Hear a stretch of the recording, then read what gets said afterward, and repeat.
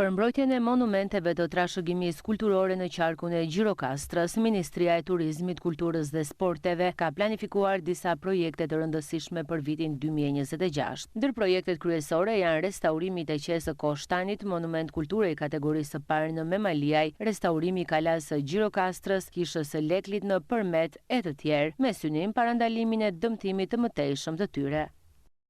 Kuadër të planit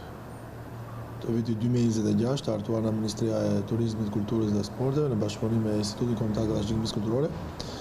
Drejtoria Rajonale e Trashëgimisë Kulturore e Gjirokastrës është duke hartuar disa projekte të rëndësishme në fushën e ruajtjes të monumenteve të kulturës. Konkretisht doja të përmendja që nga Instituti Kombëtar të Trashëgimisë Kulturore do të fillojë restaurimi i teqes të Koshtanit, monument kulture kategorisë së parë, ndodhur në bashkinë me Memaliaj.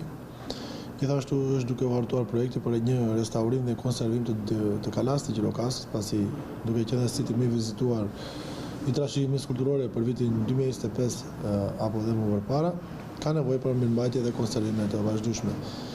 Në kuadër të këtyre ndërhyrjeve janë duke u marrë masat për fillimin e ndërhyrjes në kishën e Leklit, e cila vitin e kaluar postoi një fatkeqësi natyrore duke u djegur pjesa e çatisë së saj, apo dhe manastiret e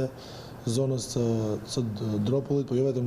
të zonës së Dropullit, po gjithë luginës të Drinos do të illustrojnë projekteve të ndryshme të restaurimit apo konservimit.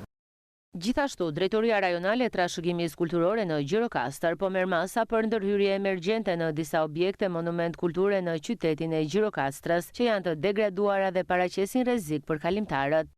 Gjithashtu, duhet të përmend faktin që Drejtoria Rajonale e Trashëgimisë Kulturore e Gjirokastrës është duke marrë masa për ndërhyrje